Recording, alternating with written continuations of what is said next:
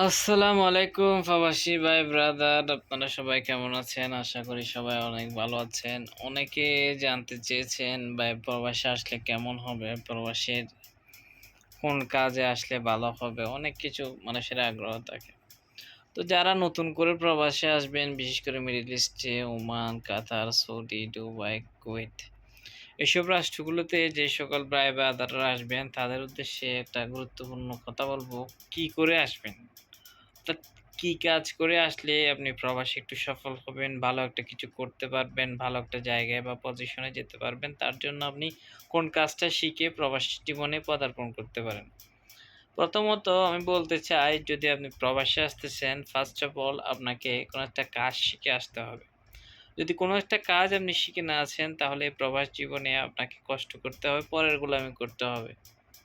যদি আপনি কোনো কাজ না জানেন, যেহেতু আপনি কাজ জানেন না, আপনি কোনো একটা হোটেলে বা কোনো একটা খাবারের হোটেলে আসলে আপনাকে ১ম এ মেসিয়ারকি করতে হবে, পরিষ্কার-পরিচ্ছন্ন করতে হবে। তারপর হয়তো আস্তে, আস্তে একটা পর্যায়ে ১ বছর ২ বছর পরে আপনাকে বা কিচেনে দিবে বা রান্না-বান্নায় আস্তে, আস্তে শিখতে, শিখতে আপনাকে একটা ধাপে, ধাপে আগাইতে হবে। কিন্তু আপনি যে দেশ থেকে যদি কোনো একটা কাজ শিখে আসেন, তাহলে আপনি এসে এদেশে কাজটাতে কি মনোনিবেশ করতে পারবেন। বিশেষ করে ইলেকট্রিশিয়ান, প্লাম্বার, আ ইলেকট্রিশিয়ান বা রাজমিস্ত্রির কাজ, অর্থাৎ বিল্ডিং এর কাজ।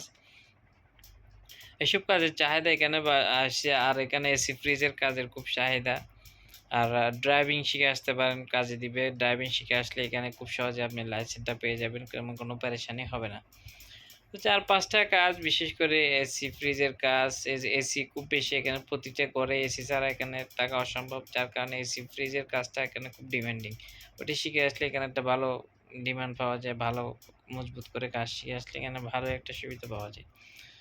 আর এসি ফ্রিজের কাজ জানলে সে তো ইলেকট্রিশিয়ান বা ইলেকট্রিকের কাজ অবশ্যই জানবে। এটা তো কম্পালসারি। তো এই হচ্ছে কথা, যারা প্রবাসে আসবেন বা আসার জন্য পরিকল্পনা করতেছেন তাদের উদ্দেশ্যে একটা কথাই বলবো, অবশ্যই কোনো একটা কাজ শিখুন, কাজ জানুন। কারণ কাজ ছাড়া এই প্রবাসে কোনো দামই নাই। আপনি মূল্যহীন। আপনি একটা আবর্জনা। তো যদি প্রবাসে আসার ইচ্ছা থাকে, অবশ্যই কোনো একটা কাজ শিখে আসেন। ইনশাআল্লাহ আপনার সফলতা কেউ ঠেকাতে পারবে না। ওকে, মাইন্ড ইট।